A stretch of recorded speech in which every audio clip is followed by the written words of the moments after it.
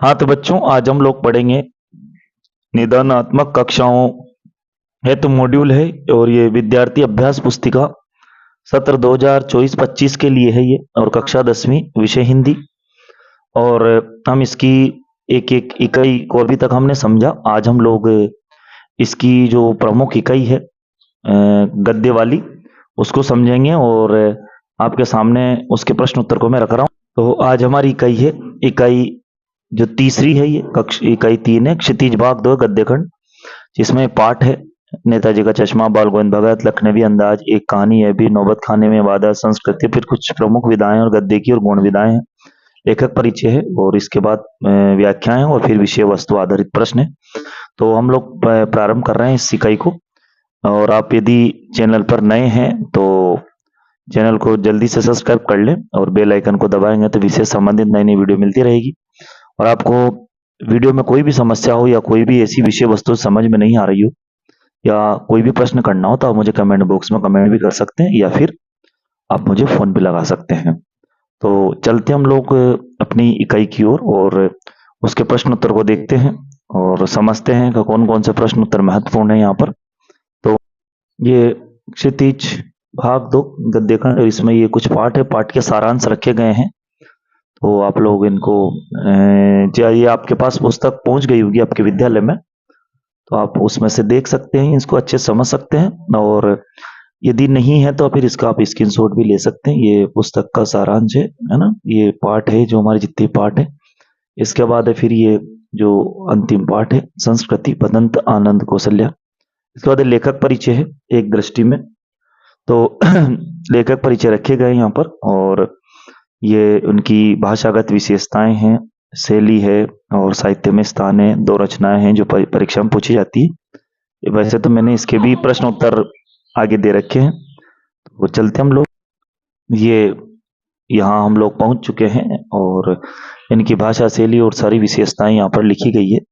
अब हम लोग एक एक विषय वस्तु को देखते हैं, पढ़ते हैं और समझते हैं, ठीक है ना। और अपने गंतव्य की ओर चलते हैं, ताकि हम लोग इनके जितने वस्तुनिष्ठ प्रश्न है उन्हें समझ सके। तो बढ़ते हम लोग आगे, तो हम लोग हल करते हैं इनके प्रश्नों को। सबसे पहले नेताजी का चश्मा पाठ जो है वो कौन सी विधा का पाठ है, तो कहानी है। फिर स्वयं प्रकाश का जन्म कहाँ हुआ, तो सभी जानते हैं मध्य प्रदेश में। स्वयं प्रकाश ने कौन सी पत्रिका का संपादन किया, तो यहाँ पर 4 पत्रिकाओं के नाम है, जिसमें से वसुधा का। इसके बाद कैप्टन जो था वो नाम था, किसका नाम था, चश्मे वाले का। नेताजी का चश्मा कहानी का मूल भाव क्या है, तो यहाँ पर शिक्षा का विकास, प्रेम संबंध, समाज सुधार, देशभक्ति की भावना। तो यहाँ पर देशभक्ति की भावना। कस्बे के चौराहे पर जो प्रतिमा लगी थी वो किसकी लगी थी, सुभाष चंद्र बोस की। इसके बाद नेताजी की मूर्ति जो है वो लगवाई थी, तो किसने लगवाई थी नेताजी की मूर्ति, तो नेताजी की मूर्ति नगर पालिका ने लगवाई थी, है ना। इसके बाद आगे देखते हैं हम लोग, सुभाष चंद्र बोस की जो प्रतिमा है वो किस वस्तु से बनी थी, तो संगमरमर से। और हवलदार साहब कंपनी के काम से कस्बे से गुजरते थे हर 15वें दिन में, है ना। कैप्टन जो था उसका नाम क्या था, वो कैप्टन का काम करता चश्मे बेचने का। और कलम का जादूगर राम लक्ष्मणपुरी को। बाल गोविंद भगत जो है वो पाठ की कौन सी विधा है, तो ये एक रेखा चित्र है ना। क्या है, रेखा चित्र है। बाल गोविंद भगत क्या थे, एक गृहस्थ थे वो, है ना। न साधु थे, न साहब थे, न पुजारी थे, वो गृहस्थ थे, घर का काम धंधा देखते थे। और वो किसके पद गाते थे, तो वो कबीरदास के पद गाते थे। बाल गोविंद भगत जो है ना, जो पाठ जो प्रहार करता है, किस पर प्रहार करता है ये पाठ, तो ये किस पर प्रहार करता है, बाल गोविंद भगत कुरीतियों पर। किस पर, कुरीतियों पर। बाल गोविंद भगत गाते समय क्या बजाते थे, तो वो गाते समय क्या बजाते थे, गाते समय बाल गोविंद भगत जो बजाते थे वो खंजरी बजाते थे। इसके बाद फिर सच्चे साधु की क्या पहचान होती है साहब, तो उसके विचारों से, है ना। सच्चे साधु की पहचान किससे होती है, उसके विचारों से। और भगत जी अपने खेत में रोपनी कर रहे थे, किसकी, धान की, है ना। धान जो था उसकी रोपनी कर रहे थे। इसके बाद आता है हमारा प्रश्न, कितने वर्ष की आयु में बेनीपुरी जी की रचनाएं जो है पत्र पत्रिकाओं में छपने लगी थी। बहुत कम आयु में, 15 वर्ष की उम्र में ही इनकी जो रचनाएं थी वो पत्र पत्रिकाओं में छपने लगी थी, बहुत छोटी उम्र से ही। झूठा सच उपन्यास के लेखक, झूठा सच उपन्यास जो किसने लिखा, तो यशपाल ने। लखनवी अंदाज जो है वो पाठ की कौन सी विधा है? तो लखनवी अंदाज एक व्यंग्य है ना। इसके बाद है फिर नवाबों के शौक के लिए प्रसिद्ध है। नवाबों के शौक के लिए कौन सा शहर प्रसिद्ध है? तो दोस्तों लखनऊ है। लेखक नवाब, लेखक जो नवाब साहब की ओर देख रहे थे, कैसे देख रहे थे? कनखियों से। लखनवी अंदाज पाठ की लेखन शैली कैसी है दोस्तों? तो व्यंग्यात्मक, है ना। इसके बाद है फिर मध्य प्रदेश के मंदसौर जिले के भानपुरा गांव में, है ना, यहाँ मंदसौर जिले का भी एक भानपुरा गांव है, पर मनु भंडारी का जन्म हुआ। और मैं भी भानपुरा के ही सीएम राज स्कूल में शिक्षक हूँ, तो ये मेरा बड़ा सौभाग्य है। आपका बंटी उपन्यास जो है, आपका बंटी उपन्यास ये लिखा है, तो किसने लिखा है? आपका बंटी उपन्यास जो है वो मनु भंडारी ने लिखा। आत्मकथा विधा लिखा गया जो पाठ है हमारे सिलेबस में, वो एक कहानी है भी। और इसके बाद जैनेन्द्र का, इसके बाद मनु भंडारी के किस व्यवहार से तंग आकर के प्रिंसिपल ने उनके पिता को बुलाया? मनु भंडारी के कौन सा व्यवहार से तंग आया और उनके जो प्रिंसिपल उन्होंने उसके पिता को बुलाया? तो आंदोलनकारी। जैनेन्द्र का कौन सा उपन्यास मनु भंडारी को बहुत पसंद था? जैनेन्द्र का ऐसा कौन सा उपन्यास था जो मनु भंडारी को पसंद था? तो जैनेन्द्र का सुनीता उपन्यास मनु भंडारी को बहुत पसंद था। आगे चलते हैं। उस्ताद बिस्मिल्लाह खां किस चीज के लिए प्रसिद्ध थे? तो दोस्तों सभी जानते थे वो शहनाई के लिए प्रसिद्ध थे, है ना। इसके बाद है बिस्मिल्लाह खां का दूसरा नाम क्या? अमीरुद्दीन। दूसरा नाम क्या था? अमीरुद्दीन। बदंत आनंद कौशल्यान विशेष प्रभावित थे। बदंत आनंद कौशल्यान किससे प्रभावित थे विशेष रूप से? वो तो वो महात्मा गांधी से, गांधी जी से प्रभावित थे। संस्कृति पाठ में न्यूटन को क्या कहा गया? तो न्यूटन जो एक संस्कृत मानव है, क्योंकि जो नया आविष्कार करता है वो संस्कृत मानव है, और जो आविष्कार के बाद उसे और अपडेट करता है वो संस्कृत मानव नहीं है। गद्य की विधा नहीं है। महाकाव्य, कहानी, एकांकी। तो गद्य की विधा जो है वो महाकाव्य नहीं है ना। नाटक भी है, कहानी भी, एकांकी भी है, महाकाव्य नहीं है। इसके बाद है उपन्यास सम्राट जो है वो कौन है? तो यहाँ पर मुंशी प्रेमचंद उपन्यास सम्राट है। और इसके बाद फिर अगला इसके बाद अगला है उपन्यास सम्राट के बाद है यदि गद्य कवियों की कसौटी है तो निबंध गद्य की कसौटी है। किसने कहा? ये जो प्रेमचंद जी ने कहा है, ठीक है। इसके बाद अगला देखेंगे हम लोग, ये यहाँ पर रिक्त स्थानों के लिए सही शब्द का चयन करना है, अर्थात रिक्त स्थान की पूर्ति करनी है। तो सबसे पहले, है ना, देखते हैं रिक्त स्थानों में, है ना, लय, ताल, छंद आदि से मुक्त, मुक्त रचना है तो गद्य, ये ध्यान रखेंगे। और यहाँ युक्त होता तो फिर पद्य होता है ना। लय, ताल, छंद से आदि से मुक्त रचना गद्य कहलाती है, और लय, ताल, छंद आदि से युक्त रचना पद्य कहलाती है। इस बात का ध्यान रखेंगे। एक अंक वाली रचना एकांकी होती है ना। अपने ही जीवन वृत्त को किसमें प्रस्तुत करता है लेखक? आत्मकथा में। शरद चंद्र चट्टोपाध्याय ने मुंशी प्रेमचंद को, शरद चंद्र चट्टोपाध्याय ने मुंशी प्रेमचंद को कौन से सम्राट की उपाधि दी है? उपन्यास सम्राट की। जीवनी गद्य की एक कौन सी विधा है? गौण विधा है। जीवनी गद्य की कौन सी विधा है? गौण विधा है। कलम का सिपाही जो है हिंदी गद्य की कौन सी विधा है? जीवनी। कलम का सिपाही जो लिखा गया है ना, जो ये किसके लिए है? ये कलम का सिपाही कौन सी गद्य की विधा है? जीवनी है ये। और इसके बाद प्रतिमा बनाने वाले का नाम क्या था? जिसने भी प्रतिमा बनाई थी नेताजी सुभाष चंद्र बोस की, उसका नाम था मास्टर मोतीलाल। क्या नाम था? मास्टर मोतीलाल, है ना।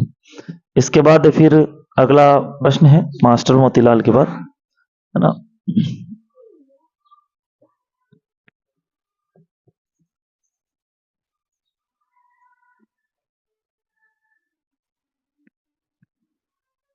है ना, तो ये मास्टर मोतीलाल, और मास्टर मोतीलाल के बाद फिर प्रतिमा पर सरकंडे का चश्मा किसने लगाया था? तो बच्चों ने लगाया था, है ना।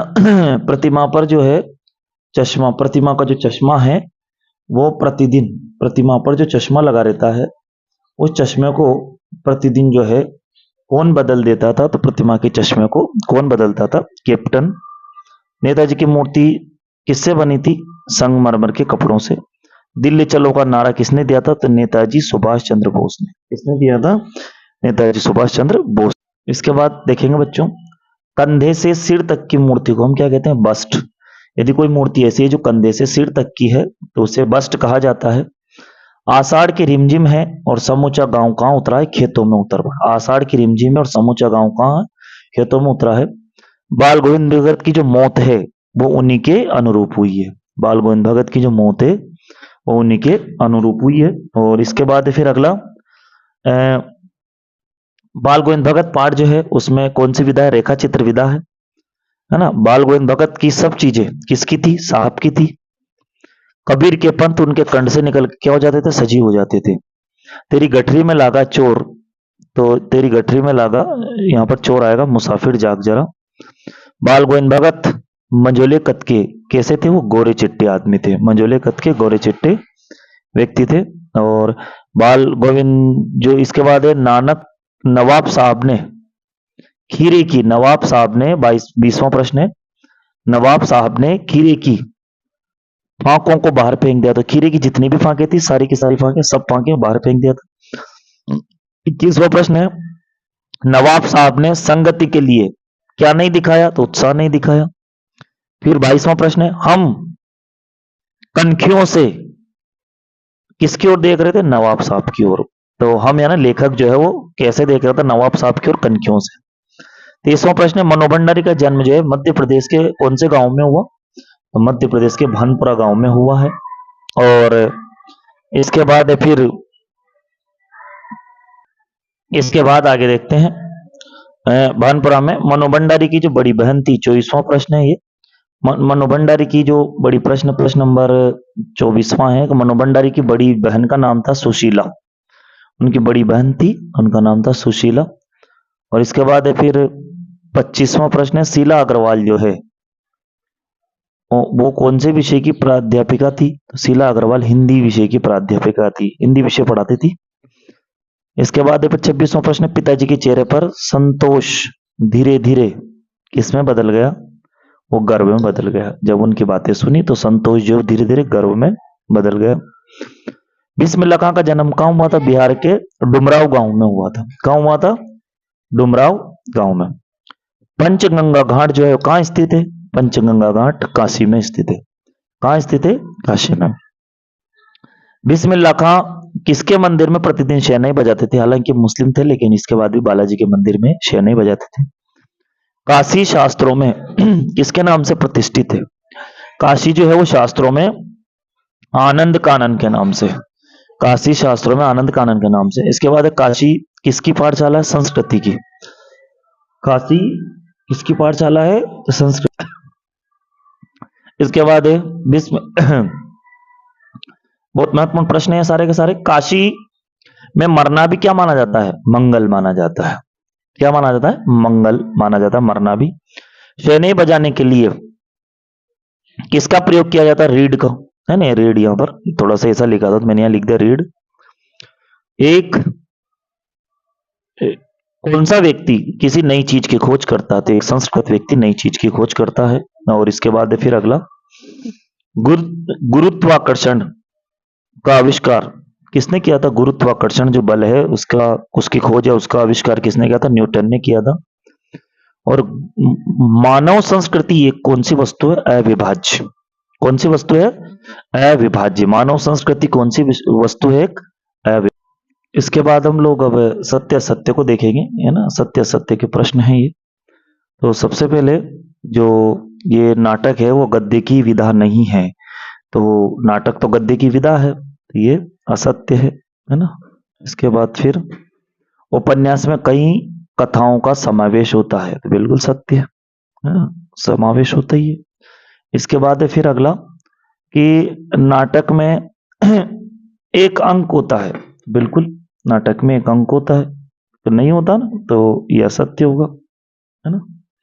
इसके बाद है फिर अगला है, यदि गद्य कवियों की कसौटी है तो निबंध गद्य की कसौटी। यदि गद्य कवियों की कसौटी है तो निबंध जो है वो गद्य की कसौटी है। तो यहाँ पर भी ये सत्य है, ये मुंशी प्रेमचंद का कथन है ये।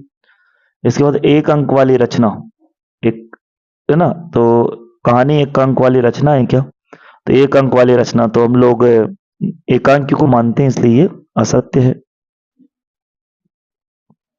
इसके बाद रेखा चित्र को शब्द चित्र भी कहते हैं क्या? हाँ, तो बिल्कुल रेखा चित्र को हम शब्द चित्र भी कहते हैं, तो ये सत्य है यहाँ पर।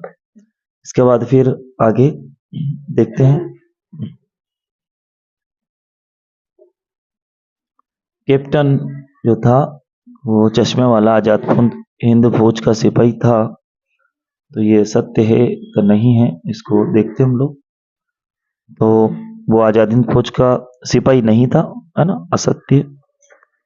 इसके बाद फिर मूर्ति संगमरमर की थी, है ना, तो ये सत्य है ना। फिर ये 2 फुट की थी, ये भी सत्य है मूर्ति, है ना। 9वां प्रश्न है नेताजी की मूर्ति 2 फुट की थी, ये भी सत्य है। फिर 10वां प्रश्न है मूर्ति नगर पालिका ने लगाई थी, बिल्कुल नगर पालिका ने ही लगाई थी। इसके बाद फिर जो मूर्ति बनाई थी, जो मूर्तिकार थे वो एक अध्यापक थे, बिल्कुल मूर्तिकार जो है वो एक अध्यापक थे, तो वो एक शिक्षक थे। उनका नाम मास्टर मोतीलाल था। तो जो मोतीलाल है वो मूर्तिकार मोतीलाल जो है वो एक अध्यापक थे, तो ये भी सत्य है। इसके बाद बाल गोविंद भगत कबीर के पद या कबीर को साहब मानते थे। बाल गोविंद भगत जो है कबीर को साहब मानते थे, तो बिल्कुल सत्य है, साहब मानते थे। इसके बाद भादवा की अधरतियों में भगत जी गीत नहीं गाते थे, तो गीत गाते थे, तो गाते थे सत्य, लेकिन नहीं गाते थे, इसलिए यहां पर, है ना, क्या आएगा, असत्य। इसके बाद फिर बाल गोविंद भगत जो है हर वर्ष गंगा नहाने जाते थे, हर साल गंगा नहाने जाते थे, है ना, हर साल गंगा नदी पर जाते थे, तो ये बिल्कुल सत्य है, वो जाते थे।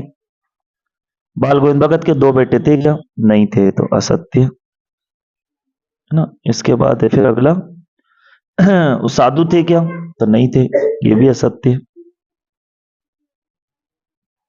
इसके बाद फिर अगला, नवाब साहब ने संगति के लिए उत्साह दिखाया था क्या, तो नहीं दिखाया था, ये भी असत्य है।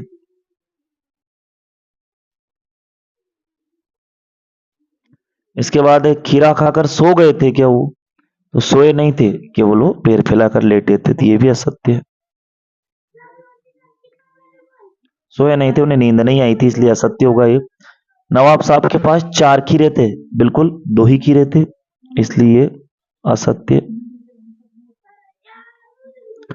लखनऊ को नवाबों का शहर कहा जाता है, बिल्कुल कहा जाता है, इसलिए सत्य है।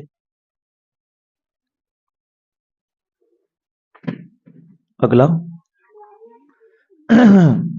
है ना, बनो भंडारी के 6 भाई बहन, 6 भाई बहनों में सबसे बड़ी थी क्या, नहीं, नहीं थी वो, तो असत्य। शीला अग्रवाल जो है वो 22वां प्रश्न है, शीला अग्रवाल संस्कृत की प्राध्यापिका थी। 22वां, शीला अग्रवाल संस्कृत की प्राध्यापिका नहीं थी, वो हिंदी की थी, तो ये भी असत्य होगा, हिंदी आता तो फिर सत्य होता। 23वां है, मनु भंडारी की अपने पिता से वैचारिक टकरार थी क्या, बिल्कुल थी, सत्य। मनु भंडारी मूलतः एक कहानीकार है, तो मूलतः एक कहानीकार है मनु भंडारी, ये बिल्कुल सत्य, क्योंकि मनु भंडारी ने बहुत अच्छी अच्छी कहानियां लिखी है, तो ये मूलतः एक कहानीकार भी है। मनु भंडारी अपने भाइयों के साथ गुल्ली डंडा भी खेलती थी, तो अपने भाइयों के साथ गुल्ली डंडा खेलती थी, बिल्कुल सत्य है ये, है ना, तो इसको हम सत्य लिखेंगे यहाँ पर। धरती से कुछ ज्यादा ही धैर्यवान और सहन शक्ति वाली जो उनकी मम्मी थी, माता जी थी, तो बिल्कुल ये सत्य है, उनकी माता जी बहुत ही सहनशील महिला थी, है ना, तो ये भी सत्य आएगा, है ना।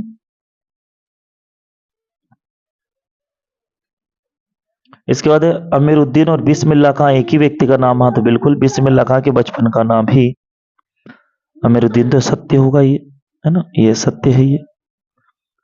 इसके बाद है शहनाई सस्वर वाद्य यंत्र है, शहनाई जो है वो स्वर वाद्य यंत्र है। 28वां प्रश्न है, शहनाई स्वर वाद्य यंत्र है, तो बिल्कुल साहब सत्य है।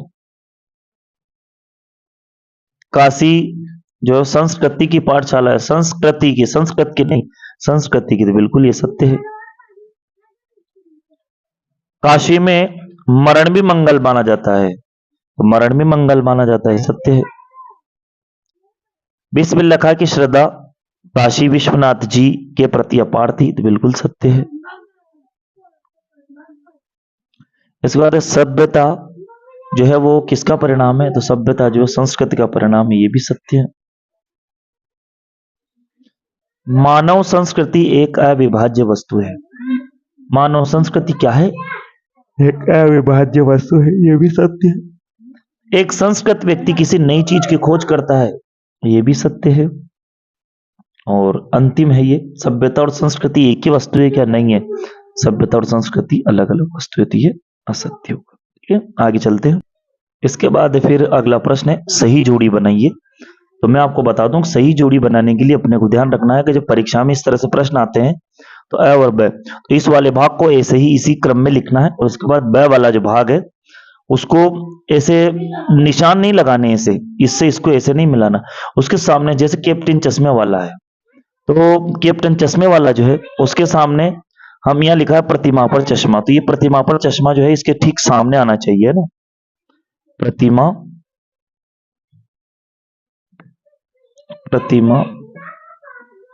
पर चश्मा इसके सामने आना चाहिए, ये है ना। लेकिन कब, परीक्षा में लिखते समय ना। अब इसके बाद बाल गोविंद भगत जो थे, वो बाल गोविंद भगत जो किससे में आएगा, तो बाल गोविंद भगत जो है वो कबीर पंथ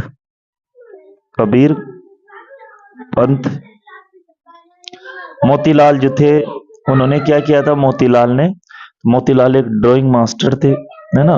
ड्राइंग है ना, चित्रकला के ड्राइंग मास्टर थे वो।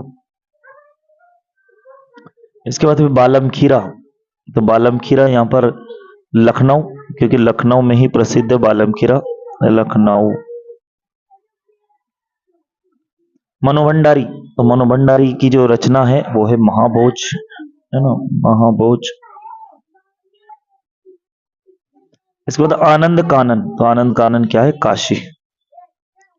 ठीक है, तो आपको ये, मैंने तो ऐसा लिखा, लेकिन आपको परीक्षा में बिल्कुल सामने से निशान लगा, इसे डेस लगाते हुए सामने सामने लिखना है।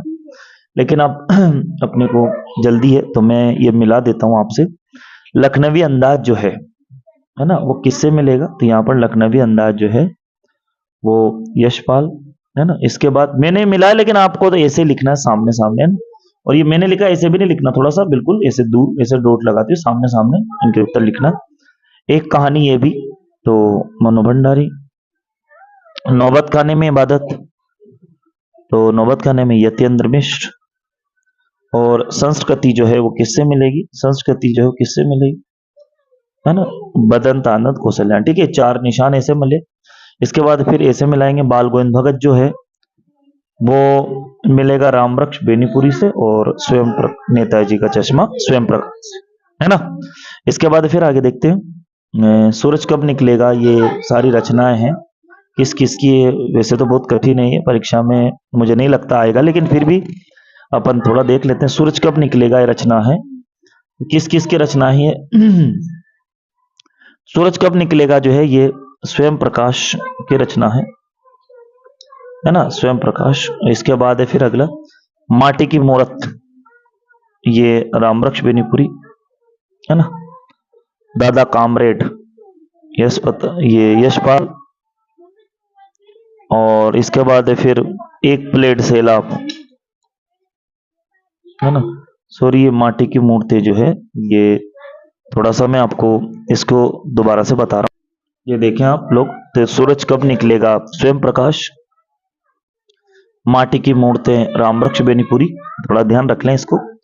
एक प्लेट सैलाब मनोभंडारी, इस तरह से है ये, है ना। और इसके बाद दादा कामरेड यशपाल, यथा कथा यतीन्द्र मिश्र, और रेल का टिकट जो है वो भदंत आनंद कौशल्याण। इसके बाद हम चलते हैं, आप रिपोर्टाज किस भाषा का शब्द, एक वाक्य में उत्तर। तो आपको ये दिखाई दे रहा होगा आसानी से, और कहीं भी आपको ऐसा लगे समझ में ना आ रहा हो तो आप लोग मुझे कमेंट बॉक्स में कमेंट भी कर सकते हैं। तो देखते हैं हम लोग इनके छोटे छोटे प्रश्नों के उत्तर को और समझते हैं। तो सबसे पहले जो ये प्रश्न है, पहले रिपोर्टाज शब्द जो कौन सी भाषा का है, रिपोर्टाज जो है फ्रांसीसी भाषा का शब्द है ना। हिंदी गद्य की सर्वाधिक लोकप्रिय विधा क्या है, कहानी, कौन सी विधा है? कहानी है। इसके बाद फिर आगे बढ़ेंगे अपन लोग। तो आधुनिक हिंदी गद्य का विकास जो है कब से प्रारंभ हुआ है? तो आधुनिक हिंदी गद्य का विकास 19वीं शताब्दी के आसपास हुआ है। आधुनिक हिंदी गद्य का विकास जो है वो 19वीं शताब्दी के आसपास हुआ है। आगे देखते हैं हम लोग। इसके बाद फिर अगला के प्रश्न था हमारा, हम देखते हैं यहाँ पर। ये अगला प्रश्न था, जीवनी किसकी लिखी जाती है? 4 प्रश्न है। प्रश्न नंबर 4 है, जीवनी किसकी लिखी जाती है? तो यहाँ पर है, जीवनी किसी विशिष्ट व्यक्ति या महापुरुष के जीवन पर लिखी जाती है। जीवनी जो है किसी विशिष्ट व्यक्ति या महापुरुष के जीवन पर लिखी जाती है। इसके बाद फिर उपन्यास सम्राट किसे कहा गया है? मुंशी प्रेमचंद को, है ना। उपन्यास सम्राट किसको कहा गया है? मुंशी प्रेमचंद को। एकांकी में कितने अंक होते हैं? तो एकांकी में 1 ही अंक होता है ना। इसके बाद है, कहानी के कितने तत्व? तो 6 तत्व होते हैं, और इसका एक सूत्र भी है, ये है ना, कपास दे भऊ, इस तरह से एक सूत्र है इसमें, और इसके 6 तत्व होते हैं। और इसके बाद फिर अब वो 6 ही तत्व हैं, तो कौन कौन से हैं? देखो यहाँ पर, कथानक, है ना, पात्र अथवा चरित्र चित्रण, है ना, और फिर तीसरा है संवाद, फिर देश काल और वातावरण, और इसके बाद फिर भाषा शैली और उद्देश्य। ये प्रश्न है। एक बाद अगलो, प्रतिमा पर सरकंडे का चश्मा किसने लगाया था? प्रतिमा पर सरकंडे का जो चश्मा है वो बच्चों ने लगाया था। किसने लगाया था? प्रतिमा पर सरकंडे का चश्मा किसने लगाया था? बच्चों ने लगाया था। ठीक है, आगे देखते हैं। कंपनी के काम से कंपनी के काम के सिलसिले में कस्बे से कौन गुजरते थे? तो कौन गुजरते थे? हालदार साहब। कौन गुजरते थे? हालदार साहब, है ना। इसके बाद है फिर नेताजी की जो मूर्ति है वो किससे बनी थी? तो नेताजी की मूर्ति जो है वो संगमरमर से बनी थी। किसके, कौन से पत्थर से बनी? संगमरमर के। दिल्ली चलो का नारा किसने दिया था? तो दिल्ली चलो का नारा नेताजी सुभाष चंद्र बोस ने दिया था। किसने दिया था? नेताजी सुभाष चंद्र बोस ने। कस्बे में कितने स्कूल हैं? तो कस्बे में एकमात्र हाई स्कूल है। कस्बे में कितने स्कूल है? एकमात्र हाई स्कूल है। फिर मूर्ति की ऊंचाई कितनी थी? मूर्ति की ऊंचाई कितनी थी? तो मूर्ति की ऊंचाई जो है वो 2 फुट थी। कितनी थी मूर्ति की ऊंचाई? 2 फुट थी। इसके बाद नगर पालिका ने नेताजी की मूर्ति किससे बनवाई थी? तो नगर पालिका ने नेताजी की मूर्ति ड्राइंग मास्टर मोतीलाल जी से बनवाई। इसके बाद फिर बच्चों, नेताजी की मूर्ति में क्या कमी थी? तो नेताजी की मूर्ति की आंखों पर चश्मा नहीं था। क्या कमी थी? कि नेताजी की मूर्ति जो है उनकी आंखों पर चश्मा नहीं था। कैप्टन चश्मे वाले की क्या विशेषता थी? तो कैप्टन चश्मे वाले की क्या विशेषता थी? कि वह नेताजी की मूर्ति पर रोज नया चश्मा लगाकर जाता था, है ना। वो क्या करता था कि नेताजी की मूर्ति पर क्या करता था? रोज नया चश्मा लगाकर जाता था, है ना। नेताजी की मूर्ति पर रोज डेली वो क्या करता था? नया चश्मा लगाकर जाता था। इसके बाद है, चश्मे वाले की देशभक्ति के सामने कौन नतमस्तक था? चश्मे वाले की देशभक्ति के सामने कौन नतमस्तक था? तो हालदार साहब उसके सामने नतमस्तक थे। प्रश्न नंबर 19वां है, चश्मा लेखक की नजर में किसका प्रतीक है? तो चश्मा जो लेखक की नजर में नेताजी सुभाष चंद्र बोस के प्रति सम्मान का प्रतीक है ना। तो चश्मा जो है लेखक की नजर में नेताजी सुभाष चंद्र बोस के प्रति सम्मान का प्रतीक था। इसके बाद है फिर 13, इसमें स्वयं 20वां प्रश्न, स्वयं प्रकाश के कितने कहानी संग्रह प्रकाशित हो चुके हैं? तो 13 कहानी संग्रह। कितने? 13 कहानी संग्रह। 21वां है, बाल गोविंद भगत सिर पर क्या पहनते थे? तो बाल गोविंद भगत जो है वो सिर पर कबीर पंथियों की कनपटी टोपी, कबीर पंथियों सी कनपटी टोपी, जो कबीर पंथी पहनते थे ऐसी कनपटी टोपी अपने सर पर पहनते थे। कलम का जादूगर किसे कहा गया है? तो कलम का जादूगर जो है वो रामरक्ष बेनीपुरी को कहा गया है ना। कलम का जादूगर जो है किसे कहा गया है? रामरक्ष बेनीपुरी को। बाल गोविंद भगत कबीर को क्या मानते थे? तो बाल गोविंद भगत जो है कबीर को साहब मानते। बाल गोविंद भगत कबीर को क्या मानते थे? तो बाल गोविंद भगत जो है कबीर को साहब मानते थे। भादो के महीने में कैसा मौसम होता है? तो भादवा के महीने में हम सभी जानते हैं कि बरसात का मौसम होता है। कौन सा मौसम होता है भादवा के महीने में? बरसात का मौसम होता है। भादो के महीने में कौन सा मौसम? बरसात का मौसम होता है। इसके बाद है आगे कबीर के पद को कौन गाता था? तो बाल गोविंद भगत। कबीर के पद को कौन गाते थे? बाल गोविंद भगत। 26वां प्रश्न है, बाल गोविंद भगत की प्रभातियां किस माह से शुरू होकर किस माह तक चलती थी? बाल गोविंद भगत की जो प्रभातियां हैं वो कौन से महीने से शुरू होती थी और किस महीने तक चलती थी? तो कार्तिक माह से फागुन माह तक चलती थी। कार्तिक माह से शुरू होती थी और फागुन माह तक वो चलती थी। इसके बाद बाल गोविंद भगत की जो उम्र थे वो लगभग कितनी थी? तो उनकी उम्र जो है लगभग 60 वर्ष से ज्यादा ही थी, अधिक ही थी। ठीक है, इसके बाद आगे चलते। बाल गोविंद भगत कैसे व्यक्ति थे? तो बाल गोविंद भगत मंजोले कद के गोरे चिट्टे व्यक्ति थे, है ना। बाल गोविंद भगत जो है वो मंजोले कद के गोरे चिट्टे व्यक्ति थे। और इसके बाद फिर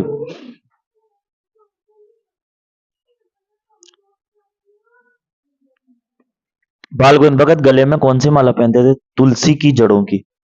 कौन सी माला पहनते थे? तुलसी की जड़ों की।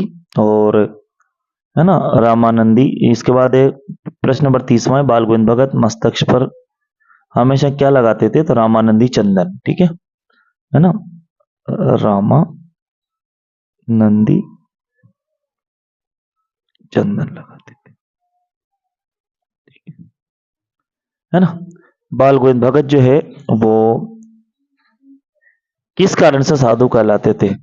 तो क्योंकि वे साधु की सब परिभाषाओं पर खरे उतरते थे। साधु की जितनी परिभाषाएं होती उन पर सब वो खरे उतरते थे, इसलिए वो साधु कहलाते थे। अगला, बाल गोविंद भगत किसके आदर्शों पर चलते हैं? तो बाल गोविंद भगत कबीर के आदर्शों पर चलते हैं। किसके आदर्शों पर चलते हैं बाल गोविंद भगत? वो कबीर के आदर्शों पर चलते हैं। किसके आदर्शों पर? कबीर के। बाल गोविंद भगत किस संप्रदाय को मानते हैं? तो कबीर पंथ को। किस संप्रदाय को? कबीर पंथ को। 34वां, बाल गोविंद भगत अपनी फसल को पहले कहां ले जाते थे? वो कबीर पंथी मठ में। कहां ले जाते थे? कबीर पंथी मठ में। इसके बाद बाल गोविंद भगत किसके पदों को गाया करते थे? तो बाल गोविंद भगत कबीर के पद को गाया करते थे। किसके पद को गाया करते थे? कबीर के पद को।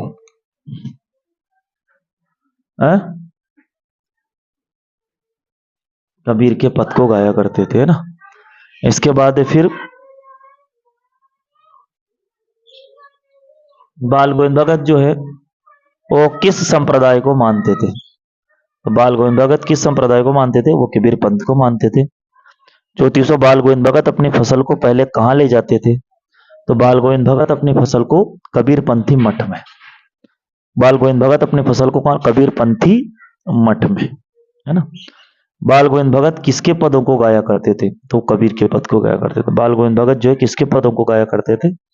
वो कबीरदास के पद को गाया करते थे। 36वां, अपने साहब यानी कबीर के प्रति बाल गोविंद भगत कैसे श्रद्धा दिखाते थे? है ना, जो कबीर के प्रति कैसे श्रद्धा दिखाते थे वो? तो वो कबीर के आदर्शों पर चलते थे और उस पर चलकर ही श्रद्धा दिखाते थे। इसके बाद अगला है, भगत जी आत्मा और परमात्मा के बीच कैसा संबंध मानते हैं? तो भगत जी आत्मा और परमात्मा के बीच विरहिनी और प्रेमी जैसा कैसा संबंध मानते थे? विरहिनी और प्रेमी जैसा संबंध मानते थे। बाल गोविंद भगत के गांव के लोगों का मुख्य धंधा क्या था? तो बाल गोविंद भगत के गांव के लोगों का मुख्य धंधा खेती था, किसानी था। लेखक ने रोपड़ी किसे कहा है? जो रोपड़ी करते हो किसे कहा है? तो लेखक ने, प्रश्न नंबर 39वां है, लेखक ने रोपड़ी किसे कहा है? तो धान की रोपाई को रोपड़ी कहा। अगला है प्रश्न नंबर 40वें नंबर पर, जब सारा संसार सोया रहता है तो उस समय कौन जाग रहा होता है? तो बाल गोविंद भगत का संगीत जाग रहा हो। कौन जाग रहा था? बाल गोविंद भगत का संगीत उस समय जागता है। रामवृक्ष बेनीपुरी का पूरा साहित्य किस नाम से प्रकाशित है? तो रामवृक्ष बेनीपुरी का जितना भी पूरा साहित्य है वो बेनीपुरी रचनावली के नाम से। भारत विभाजन का पूरा साहित्य किस नाम से प्रकाशित है? भारत विभाजन का जो पूरा साहित्य है वो किस नाम से है? तो वो झूठा सच उपन्यास के नाम से, और ये यशपाल द्वारा लिखित है। तो एक उपन्यास है झूठा सच, जिसके लेखक यशपाल है। तो उसमें पूरा साहित्य है, वहां पर मिलता है अपने को। नेशनल कॉलेज में, है ना, प्रश्न नंबर 43 43 पर, नेशनल कॉलेज में यशपाल जी का किससे परिचय हुआ था? नेशनल कॉलेज में जब पढ़ते थे तो यशपाल जी का परिचय भगत सिंह और सुखदेव से हुआ था। भगत सिंह और सुखदेव से। 44वां प्रश्न, खीरे किसके पास थे? खीरे किसके पास थे? तो खीरे किसके पास थे? खीरे नवाब साहब के पास थे। किसके पास थे खीरे? नवाब साहब के पास थे। ठीक है, खीरे किसके पास थे? नवाब साहब के पास थे। इसके बाद फिर 45वां प्रश्न है, लखनऊ का कौन सा खीरा प्रसिद्ध है? तो लखनऊ का बालम खीरा प्रसिद्ध है। लखनऊ का बालम खीरा प्रसिद्ध है। इसके बाद इसके बाद आगे देखेंगे, खीरे की फांकों को वो क्या कर रहे थे? खीरे की फांकों को, है ना। तो 46वां प्रश्न है, नवाब साहब ने खीरे की फांकों के साथ क्या किया? उनका क्या किया? तो क्या करते थे? खीरे की फांकों को नाक के पास ले जाकर रसास्वादन कर, जैसे उन्होंने नाक के पास ले गए, उसकी खुशबू ली, रसास्वादन किया, और रसास्वादन करके खिड़की के बाहर फेंकते गए वो। ठीक है, इसके बाद है आगे फिर लखनवी अंदाज कहानी का जो उद्देश्य क्या है? तो लखनवी अंदाज कहानी का उद्देश्य पतनशील सामंती वर्ग, प्रश्न नंबर जो 47वां है, ये लखनवी अंदाज कहानी का उद्देश्य क्या था? पतनशील सामंती वर्ग पर कटाक्ष करना, जो बनावटी शैली के आदि है। इसके बाद है फिर प्रश्न नंबर 48 है कि लखनवी अंदाज कहानी हमें क्या संदेश देती है? तो लखनवी अंदाज कहानी हमें अपना व्यावहारिक दृष्टिकोण विकसित करते हुए दिखावेपन से ना, दिखावेपन से दूर रहना चाहिए, है ना। क्या संदेश दे रही है ये? कि ये जो हमें अपना व्यावहारिक दृष्टिकोण विकसित करते हुए दिखावेपन से दूर रहना चाहिए, ये बता रही है ये, कि हमें अपना व्यावहारिक दृष्टिकोण मजबूत करना और हमें दिखावेपन से जो है दूर रहना चाहिए। प्रश्न नंबर 39 से, नवाब साहब ने 49 है ना, प्रश्न नंबर 49 है, नवाब साहब ने खीरे के टुकड़ों को खिड़की के बाहर क्यों फेंक दिया? खीरे के जो टुकड़े थे उन्हें टुकड़े किया, क्यों? क्योंकि वे अपनी खानदानी नवाबी दिखाना चाहते थे। वो दिखाना चाहते कि मैं खानदानी नवाब हूं, और इसीलिए उन्होंने उसको बाहर फेंक दिया। इसके बाद अगला, नवाब साहब ने खीरे की तैयारी और इस्तेमाल, नवाब साहब ने खीरे की तैयारी और इस्तेमाल से थक करके क्या किया? तो नवाब साहब जो है वो खीरे की तैयारी से, इस्तेमाल से क्या किया? थक कर लेट गए, सोए नहीं, वो केवल लेट गए ना। तो वो थक करके क्या कर गए? लेट गए। अंतिम प्रश्न है, सॉरी 51वां प्रश्न है, लेखक ने मन ही मन क्या सोचा है? तो लेखक ने मन ही मन सोचा है, यहाँ लेखक ने मन ही मन सोचा, मियाँ रईस बनते हैं। मियाँ जो है वो क्या करते हैं? रईस बनते हैं, ऐसा उन्होंने सोचा। चलते हैं आगे। इसके बाद है फिर 52वां प्रश्न है, 52 नंबर का प्रश्न, लेखक यशपाल कौन से आंदोलन से जुड़े थे? तो स्वाधीनता आंदोलन से। कौन से आंदोलन से जुड़े थे? स्वाधीनता आंदोलन से। और इसके बाद है फिर है ना, स्वाधीनता आंदोलन के बाद है फिर, है ना, मनु भंडारी ने किससे विवाह किया?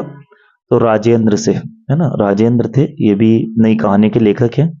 इन्होंने राजेंद्र से विवाह किया। मनु भंडारी के पिता है, वो रसोई को क्या कहते थे? तो भटियार खाना। क्या कहते थे? भटियार खाना। प्रश्न नंबर 55 है, अजमेर आने से पहले मनु भंडारी जी के पिताजी कहाँ रहते थे? मनु भंडारी जी के पिताजी कहाँ रहते थे? इंदौर में।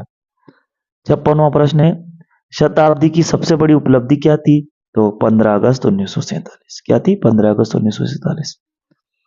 57 नंबर पे प्रश्न है, शास्त्रों में काशी किस नाम से प्रतिष्ठित है? आनंद कानन। किस नाम से जाना जाता है काशी को? आनंद कानन।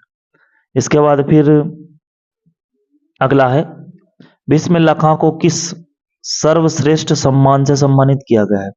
तो बिस्मिल्लाह खां को किस सर्वश्रेष्ठ सम्मान से सम्मानित किया गया? भारत रत्न। है ना, भारत रत्न उन्हें मिला है। तो भारत रत्न जो है उन्हें प्राप्त हुआ है।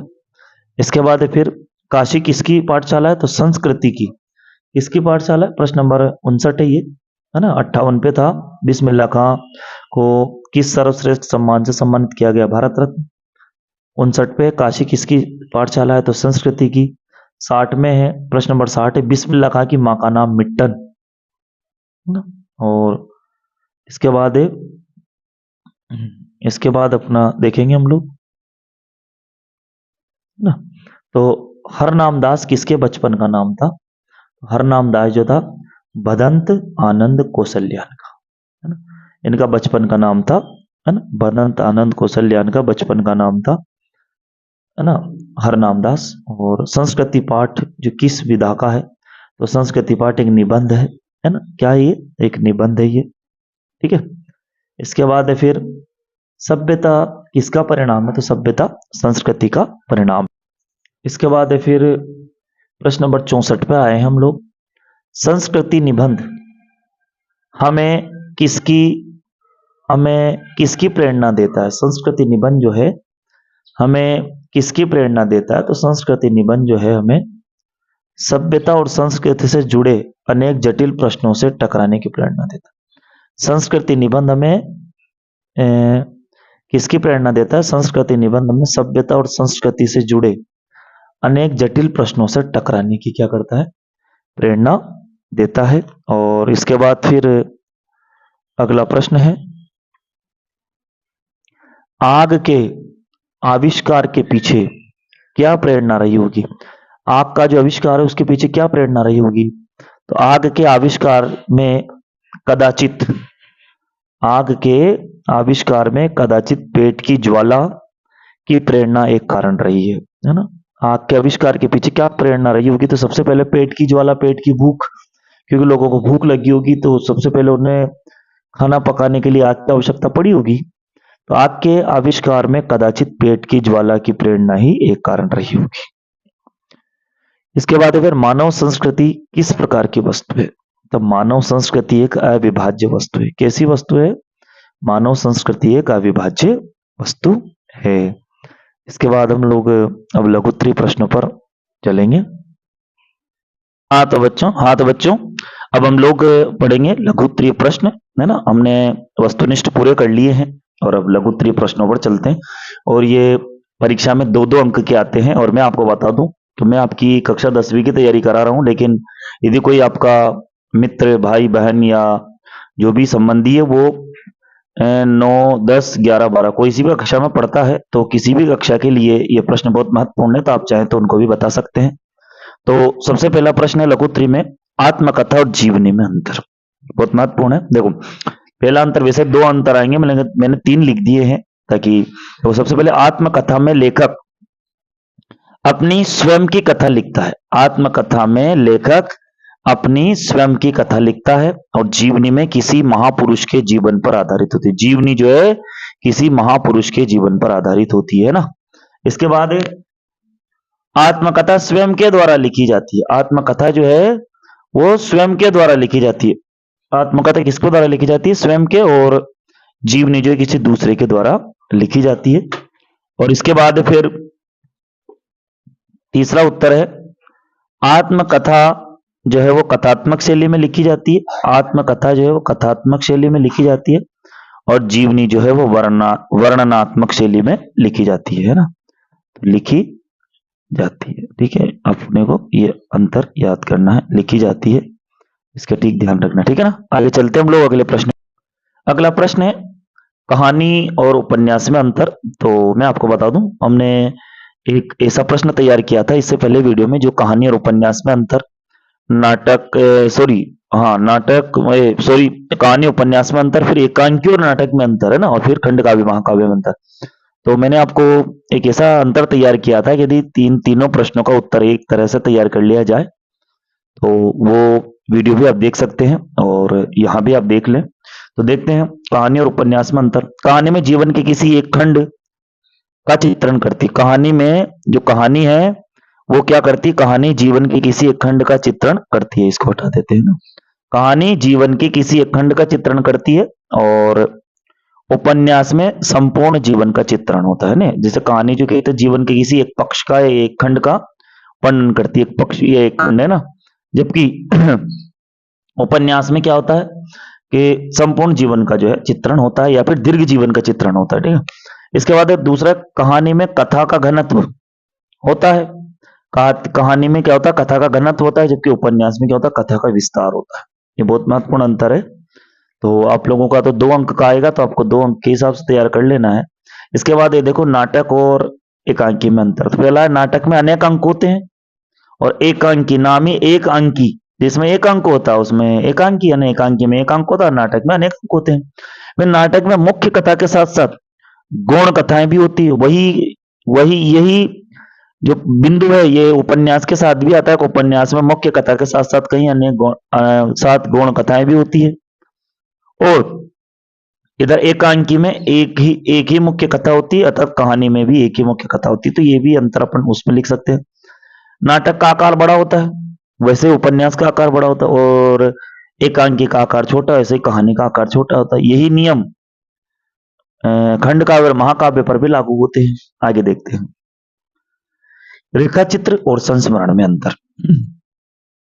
रेखा चित्र में चित्रात्मक शैली का प्रयोग किया जाता है ना। रेखा चित्र में क्या होता है, चित्रात्मक शैली का प्रयोग होता है, और जो संस्मरण है उसकी शैली विवरणात्मक होती है। विवरणात्मक इसकी जो शैली है संस्मरण की होती है। दूसरा है, रेखा चित्र वास्तविक और काल्पनिक दोनों हो सकते हैं।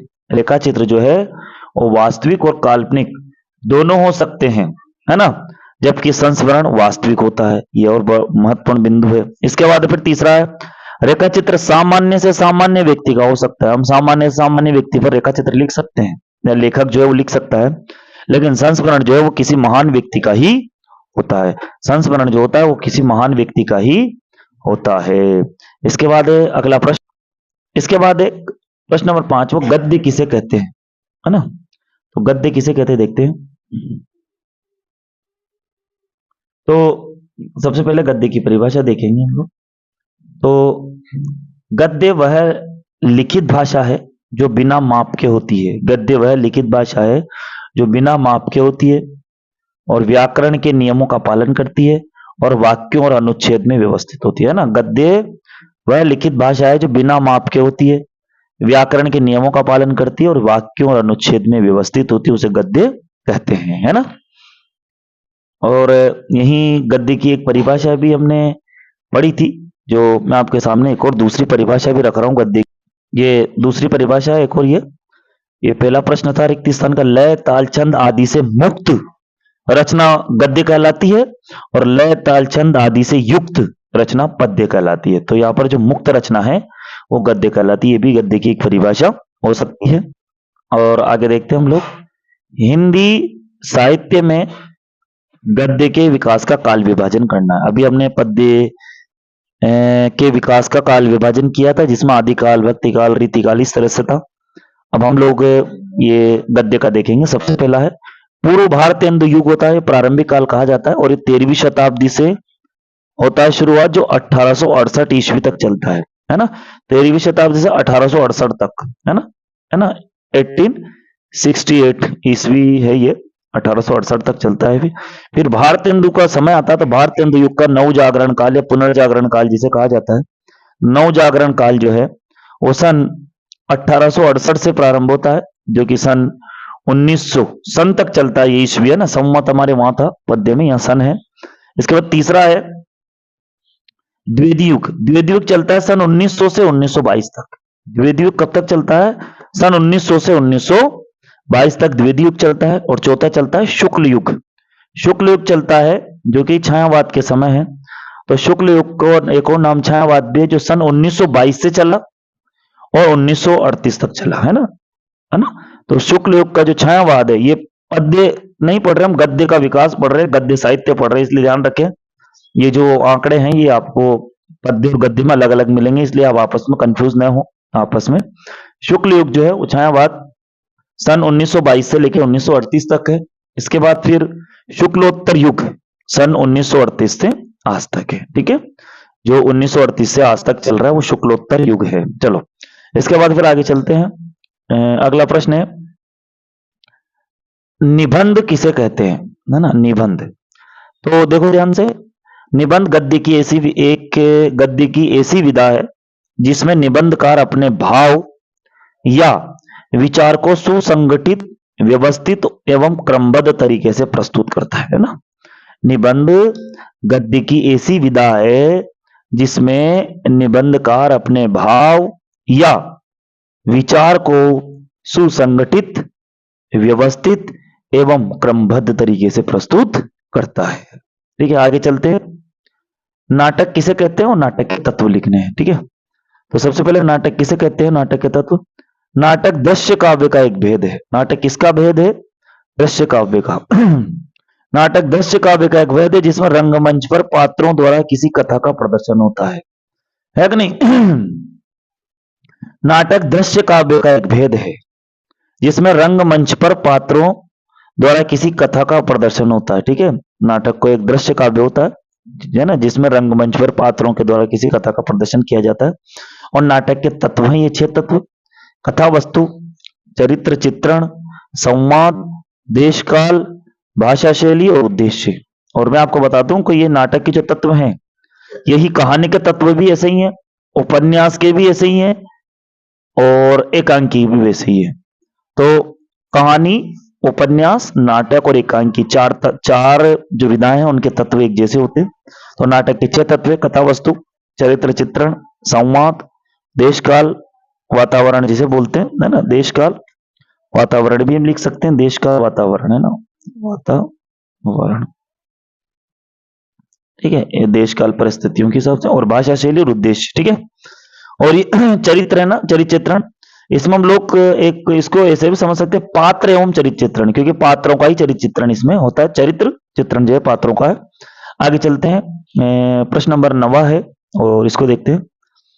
हिंदी साहित्य के 2 निबंधकार, ये बहुत आसान प्रश्न है और बहुत सरल है और बहुत बार परीक्षाओं में पूछा गया है और ये 9वीं से 12वीं तक पूछा जाता है, तो आपको ध्यान रखना। हिंदी साहित्य में 2 निबंधकारों के नाम और उनकी रचनाएं लिखी है। हिंदी साहित्य के जो 2 निबंधकार है उनके नाम और उनकी रचनाएं लिखनी है। तो देखते हैं, पहला है हजारी प्रसाद द्विवेदी, है ना, जिनका है अशोक के फूल और कुटच। ये उनके ये निबंधकार है और इनके 2 निबंध है, हजारी प्रसाद द्विवेदी के अशोक के फूल और कुटच। इसके बाद दूसरा जैनेन्द्र, जैनेन्द्र में जड़ की बात और सोच विचार, ये उनके निबंध है, जैनेन्द्र के जड़ की बात और सोच विचार। इसके बाद रामवृक्ष बेनीपुरी के 2 गेहूं और गुलाब और दूसरा लाल तारा, ये निबंध है और यहाँ 2 पूछे हैं, मैंने 3 लिख दिए हैं ताकि आप आसानी से। इसके अलावा भी यदि आप कोई निबंधकार आप जानते हो, आपको याद है और उनके निबंध आपको याद है, तो आप लिख सकते हैं। ठीक है, चलते हैं आगे। जैसे जैनेन्द्र उनके भी निबंध है, बाजार दर्शन, इस तरह से। तो आप चाहें तो आपको यदि जैसे आचार्य रामचंद्र शुक्ल है, ये कई सारे निबंधकार हुए हैं, तो आपको यदि और भी निबंधकार और निबंधकारों के नाम याद है और उनके निबंध के जो उनकी जो रचना याद है, तो आप अपने हिसाब से लिख सकते हैं। आगे चलते हैं, अगला प्रश्न है बच्चों,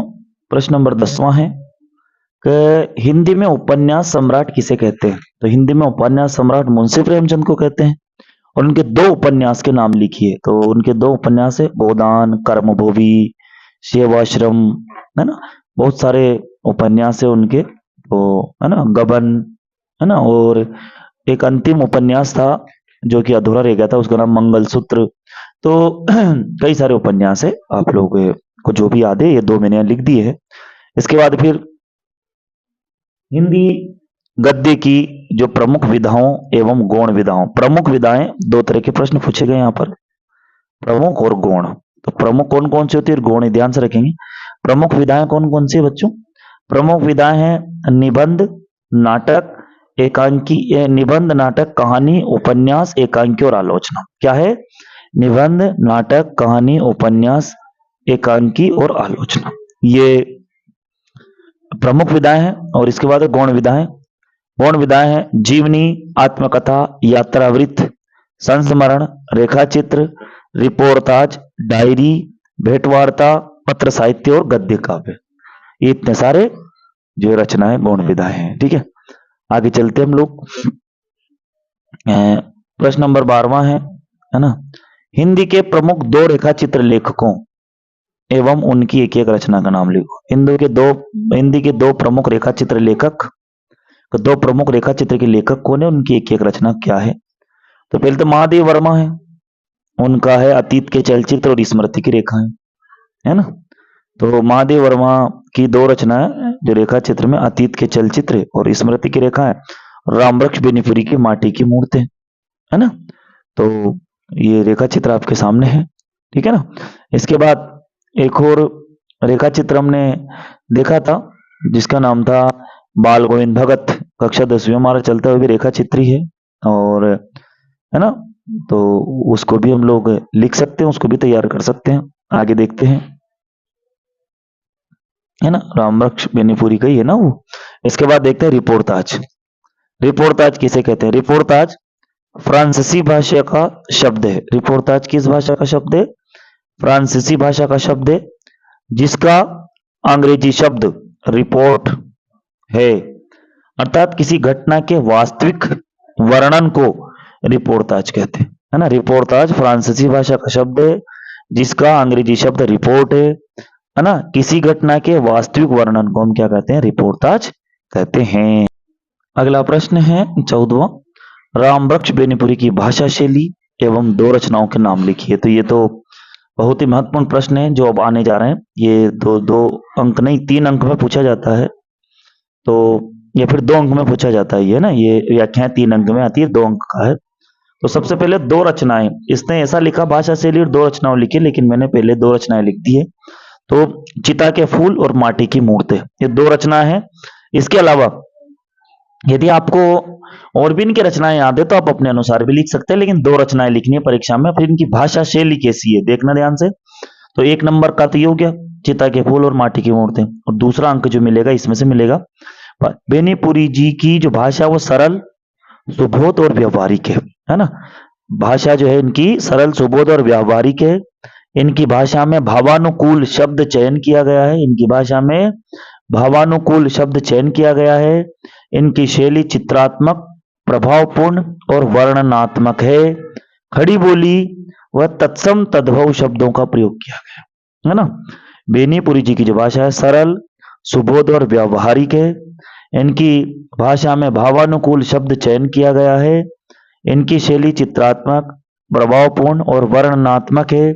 खड़ी बोली व तत्सम तद्भव शब्दों का प्रयोग किया गया है। इसके बाद है फिर यशपाल की भाषा शैली की 2 रचनाएं लिखी। 2 रचना है झूठा सच और ज्ञानदान, है ना। 2 रचनाएं झूठा सच और ज्ञानदान, है ना। और इनकी भाषा शैली कैसी? यशपाल ने अपनी रचना में सहज, स्वाभाविक और उर्दू शब्दों से मिश्रित बोलचाल की भाषा का प्रयोग किया है। यशपाल ने अपनी रचना में सहज, स्वाभाविक और उर्दू शब्दों से मिश्रित बोलचाल की भाषा का प्रयोग किया गया है। इनकी शैली भावपूर्ण, प्रवाहमयी, चित्रात्मक तथा वर्णनात्मक है। ठीक है, इनकी भाषा शैली हो गई। और दोस्तों मैं आपको एक बात बता दूं कि मैं आपको जो एक वीडियो आपको इसके बाद मिलेगी, उसमें मैं आपको एक ऐसी भाषा शैली तैयार करूंगा कि आप किसी भी गद्यकार जो है, पद्य की बात नहीं कर रहा मैं, गद्य की बात कर रहा हूं, गद्य के जो लेखक हैं उनकी आप एक जैसे तैयार कर लेंगे तो आपको सभी गद्यकारों में वो काम हो जाएगा उससे।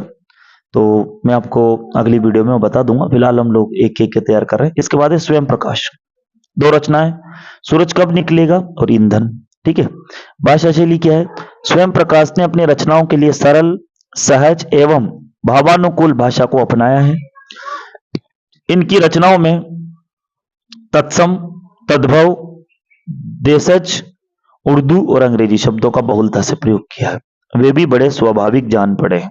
ठीक है, वो भी फिर भी वे स्वाभाविक बन पड़े हैं। ठीक है, एक बार और देखेंगे। स्वयं प्रकाश ने अपनी रचनाओं के लिए सरल, सहज एवं भावानुकूल भाषा को अपनाया है। इनकी रचनाओं में तत्सम, तद्भव, देशज, उर्दू और अंग्रेजी शब्दों का बहुलता से प्रयोग किया है ना। और इनकी रचनाओं में तत्सम, तद्भव, उर्दू और अंग्रेजी शब्दों का बहुलता से प्रयोग हुआ है ना, प्रयोग किया, ये भी सही हो सकता है, शब्दों का प्रयोग किया, फिर भी वे स्वाभाविक बन पड़े हैं। ठीक है, अगला देखते हैं। मनु भंडारी, की भाषा शैली और दो रचनाएं। तो मनु भंडारी की मैं हार गई, महाभोज, आपका बंटी, एक प्लेट सैलाब, कई सारे हैं। आपको जो भी याद हो जाए आप लिख सकते हैं। मनु भंडारी की जो रचनाएं हैं, उन रचनाओं में सहज सरल बोलचाल की जो हिंदी है के साथ उर्दू, अंग्रेजी और देशज शब्दों का भी इस्तेमाल किया गया है ना। मनु भंडारी की जो रचना है उनमें क्या क्या चीजें तैयार हुई है देखते हैं हम लोग। ये जो मनु भंडारी की जो रचना है, मनु भंडारी की रचनाओं में सहज सरल एवं आम बोलचाल की हिंदी के साथ उर्दू, अंग्रेजी और देशज शब्दों का प्रयोग किया है। इन्होंने वर्णनात्मक शैली के अलावा समास और संवाद शैली का भी प्रयोग किया है। ये शैलियां हो गई, ठीक है। और इसके ऊपर का भी आप चाहें तो ये स्क्रीनशॉट ले सकते हैं, लेना। लेखक ने नवाब साहब के, है ना, के नहावों से देखते हैं आगे, है ना। और इसके बाद आगे देखते हैं फिर, है ना। तो ये भाषा शैली आप देख लो, मैं हार गई और महाभोज ना। मनु भंडारी की रचनाओं में सहज सरल आम बोलचाल की हिंदी के साथ साथ उर्दू, अंग्रेजी और देशज शब्दों के का प्रयोग किया गया है। इन्होंने वर्णनात्मक शैली के अलावा समास और, है ना, संवाद शैली का भी प्रयोग किया है इनने। इसके बाद अगला देख, इसके बाद है फिर यतीन्द्र मिश्र। और यतीन्द्र मिश्र एवं भदंत आनंद कौशल्यान की दो रचनाएं और उनका साहित्य में स्थान पूछा है। तो ये देखेंगे हम लोग। दो रचनाएं क्या है उनकी, यदा कदा और जोड़ी पर आलाप, है ना। और साहित्य में स्थान क्या है, हिंदी साहित्य, कला, संस्कृति आदि क्षेत्रों में आपका महत्वपूर्ण स्थान है, ठीक है। इसके बाद भदंत आनंद कौशल्यान के लिए क्या लिखा है, इनकी दो रचनाएं भिक्षु के पात्र और रेल का टिकट, है ना। भिक्षु के पात्र, रेल का टिकट। साहित्य में स्थान है निबंध, संस्मरण, वृतांत आदि से हिंदी साहित्य को समृद्ध करने वाले भदंत आनंद को का हिंदी साहित्य में विशिष्ट स्थान है, ठीक है। आगे चलते हैं हम अगले प्रश्नों पर। सेनानी न होते हुए भी, है ना, देखेंगे हम लोग। सेनानी न होते हुए भी चश्मे वाले को लोग कैप्टन क्यों कहते हैं, ये बहुत महत्वपूर्ण प्रश्न, देखते हैं इसको। क्योंकि उसमें देश प्रेम की भावना कूट कूट कर भरी हुई थी। चौराहे पर नेताजी सुभाष चंद्र बोस की बिना चश्मे वाली मूर्ति देखकर वह बहुत दुखी था, इसलिए वह अपनी तरफ से मूर्ति पर चश्मा लगा देता था और इसी भावना को देखकर लोग उसे कैप्टन कहते थे।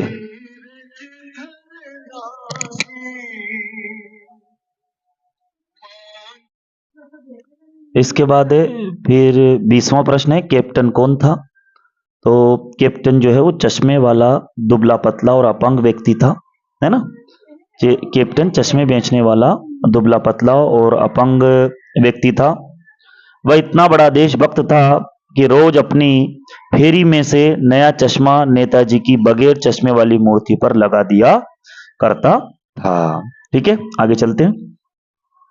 कैप्टन बार बार मूर्ति पर चश्मा क्यों लगा देता था, है ना, क्यों लगाता था वो कैप्टन, ऐसा क्या कारण था कि वो मूर्ति पर बार बार चश्मा लगाता था। तो क्योंकि वह नेताजी की बिना चश्मे वाली मूर्ति को देखकर दुखी होता था, है ना। वो क्योंकि वह नेताजी की बिना चश्मे वाली मूर्ति को देखकर दुखी होता था। वह देशभक्त था और शहीदों के प्रति सम्मान रखता था, है ना। वो नेताजी की बिना चश्मे वाली मूर्ति को देखता था, बहुत दुखी होता था। वह देशभक्त था और शहीदों के प्रति सम्मान रखता था। वह मूर्ति पर चश्मा लगाकर नेताजी के प्रति और देश के प्रति श्रद्धा का भाव प्रकट करता था, है ना। क्योंकि वह नेताजी की बिना चश्मा वाली मूर्ति को देखकर दुखी होता था और देशभक्त था और शहीदों के प्रति सम्मान रखता था, है ना। वह मूर्ति पर चश्मा लगाकर नेताजी के प्रति और देश के प्रति श्रद्धा का भाव रखता था। मूर्ति पर जो सरकंडे का जो चश्मा है, मूर्ति पर लगा सरकंडे का चश्मा क्या उम्मीद जगाता है ना। मूर्ति पर लगा सरकंडे का चश्मा क्या उम्मीद जगाता है। तो मूर्ति पर लगा सरकंडे का चश्मा क्या उम्मीद जगाता है बच्चों। मूर्ति पर सरकंडे का चश्मा यह उम्मीद जगाता है कि अभी भी देशवासियों के मन में महान और वीर स्वतंत्रता सेनानियों के प्रति श्रद्धा और देश प्रेम का भाव विद्यमान है। है ना, क्या उम्मीद जगाता है? कभी भी देशवासियों के मन में महान और वीर स्वतंत्रता सेनानियों के प्रति श्रद्धा और देश प्रेम का भाव विद्यमान है। इसके बाद फिर अगला है बच्चों, पान वाले का रेखा चित्र प्रस्तुत करना है। पान वाले का जो रेखा चित्र है तो प्रस्तुत करना है। पान वाले काला, मोटा और खुश मिजाज व्यक्ति था। जब वह हंसता था तो उसकी भारी भरकम पेट हिलने लगता था। अधिक पान खाने के कारण उसके दांत लाल और काले हो गए थे। वह मजाकिया किंतु भावुक प्रवृत्ति का व्यक्ति था। तो पान वाले का रेखा चित्र हमने प्रस्तुत किया है ना, कि पान वाले काला, मोटा और खुश मिजाज व्यक्ति था। जब वो हंसता था तो उसकी भारी भरकम पेट हिलने लगता था। अधिक पान खाने के कारण उसके दांत लाल और काले हो गए थे। वो मजाक किया किंतु भावुक प्रवृत्ति का व्यक्ति था। इसके बाद फिर अगला प्रश्न है कि भगत की जो पुत्र वधु ने अकेला क्यों नहीं छोड़ना चाहती? चॉइस है ना, भगत की जो पुत्र वधु ने अकेला क्यों नहीं छोड़ना चाहती थी? तो भगत के बेटे की मृत्यु हो जाने पर भगत की विधवा पुत्र वधु के अलावा उनकी देखभाल और सेवा करने के लिए कोई नहीं था, है ना। भगत के बेटे की जो मृत्यु हो गई थी उसके बाद मतलब भगत के बेटे की मृत्यु हो जाने पर भगत की विधवा पुत्र वधु के अलावा उनकी देखभाल और सेवा करने के लिए कोई नहीं था। वह नहीं चाहती थी कि एक बूढ़े व्यक्ति को अकेले रहना पड़े, इसलिए वह उन्हें अकेला छोड़ना नहीं चाहती थी। इसके बाद चलते हम लोग 25वें प्रश्न नंबर पर। ये प्रश्न नंबर 25, लेखक को नवाब साहब के किन हाव भावों से महसूस हुआ कि वे बातचीत करने के लिए तनिक भी उत्सुक नहीं? लेखक को नवाब साहब के किन हाव भावों से महसूस हुआ कि वे बातचीत करने के लिए तनिक भी यानी थोड़े से भी उत्सुक नहीं है? तो इसका अर्थ क्या, इसका उत्तर क्या है कि जब लेखक अपनी सीट पर बैठा तो नवाब साहब उनसे नजरें मिलाने से बच रहे थे। नवाब साहब खिड़की के बाहर देख रहे थे। इन हाव भावों से पता चलता है कि नवाब साहब लेखक से बातचीत करने के लिए तनिक भी उत्सुक नहीं है ना। जब लेखक अपनी सीट पर बैठा तो नवाब साहब उनसे नजरें मिलाने से बच रहे थे। नवाब साहब खिड़की के बाहर देख रहे थे। इन हाव भावों से पता चलता है कि नवाब साहब लेखक से बातचीत करने के लिए तनिक भी उत्सुक नहीं है। इसके बाद अगला है, नवाब साहब द्वारा खीरा खाने की तैयारी का वर्णन लखनवी अंदाज पाठ के आधार पर करें। उन्होंने किस तरह से खीरा खाया तो उसका वर्णन करना है हमें। तो देखते हैं हम लोग। उन्होंने क्या किया, खीरे को पहले धोया, सुखाया, छीला और फिर फांकों को काटकर सूंघ कर खिड़की के बाहर फेंक दिया ना। पहले धोया, सुखाया, छीला और फिर फांकों को काटकर खिड़की के बाहर फेंक दिया, है ना। और इससे उनके दिखावटी पूर्ण जीवन का पता चलता है कि वे खीरे को अपदार्थ और तुच्छ समझते हैं, है ना। इससे उनके जीवन का दिखावटी पूर्ण उनके जो दिखावटी पूर्ण जीवन उनका पता चलता है कि खीरे को अपदार्थ और तुच्छ वस्तु समझते हैं। इसके बाद आगे देखते हैं, लेखिका मनोभंडारी के व्यक्तित्व पर किन किन व्यक्तियों का किस रूप में प्रभाव पड़ा और लिखिए। तो लेखिका के व्यक्तित्व पर उनके माता पिता का बहुत प्रभाव पड़ा। और कैसे, क्या क्या प्रभाव पड़ा, है ना। माता पिता का बहुत प्रभाव पड़ा। माँ से उन्होंने सहनशीलता सीखी और पिता से जिद। आई समझ में। लेखिका के व्यक्तित्व पर उनके माता पिता का बहुत प्रभाव पड़ा। माँ से उन्होंने सहनशीलता सीखी और अपने पिता से जिद। पिता के कारण ही उनमें देश प्रेम की भावना का भी निर्माण हुआ, है ना। उन लेखिका के व्यक्तित्व पर उनके माता पिता का बहुत प्रभाव पड़ा। माँ से उन्होंने सहनशीलता सीखी और उन्हें पिता से जिद। पिता के द्वारा ही उनमें देश प्रेम की भावना का निर्माण भी हुआ है। इसके बाद अगला है, शीला अग्रवाल जो है, शिक्षिका शीला अग्रवाल ने लेखिका के खोए आत्मविश्वास को पुनः लौटाया, है ना। शिक्षिका शीला अग्रवाल जो है, उन्होंने लेखिका, ये एक उनका प्रभाव भी पड़ा है। शीला अग्रवाल जो थी हिंदी की जो शिक्षिका थी, है ना, व्याख्याता थी हिंदी की। तो खोए आत्मविश्वास को पुनः लौटाया तो दूसरी ओर देश प्रेम की अंकुरित भावना को उचित माहौल प्रदान किया। इसके बाद अगला है, एक कहानी यह भी, आत्मकथा में, ये आत्मकथा एक कहानी है भी, है ना, ये आत्मकथा। इसमें लेखिका के पिता ने रसोई को भटियार खाना कहकर क्यों संबोधित किया, है ना? बटियार खाना क्यों कहा है इसके लेखिका ने? लेखिका के जो पिता है उन्होंने रसोई को बटियार खाना क्यों कहा है? तो उनके पिता का मानना था कि चूल्हे के संपर्क में आकर, है ना, उनकी बेटी यदि चूल्हे का काम करेगी, चूल्हे चौके का काम करेगी, तो फिर वो क्या कर देगी, अपनी प्रतिभा को नष्ट कर देगी। तो उनके पिता का मानना था कि चूल्हे के संपर्क में आकर उनकी बेटी की प्रतिभा नष्ट हो जाएगी, वह वहां जाकर अपनी योग्यता को नष्ट कर देगी। संभवतः इसलिए लेखिका के पिता ने रसोई को बटियार खाना कहकर संबोधित किया होगा, है ना? उनके पिता का मानना था कि चूल्हे के संपर्क में अगर उनकी बेटी की प्रतिभा नष्ट हो जाएगी, वह वहां जाकर अपनी योग्यता को नष्ट कर देगी।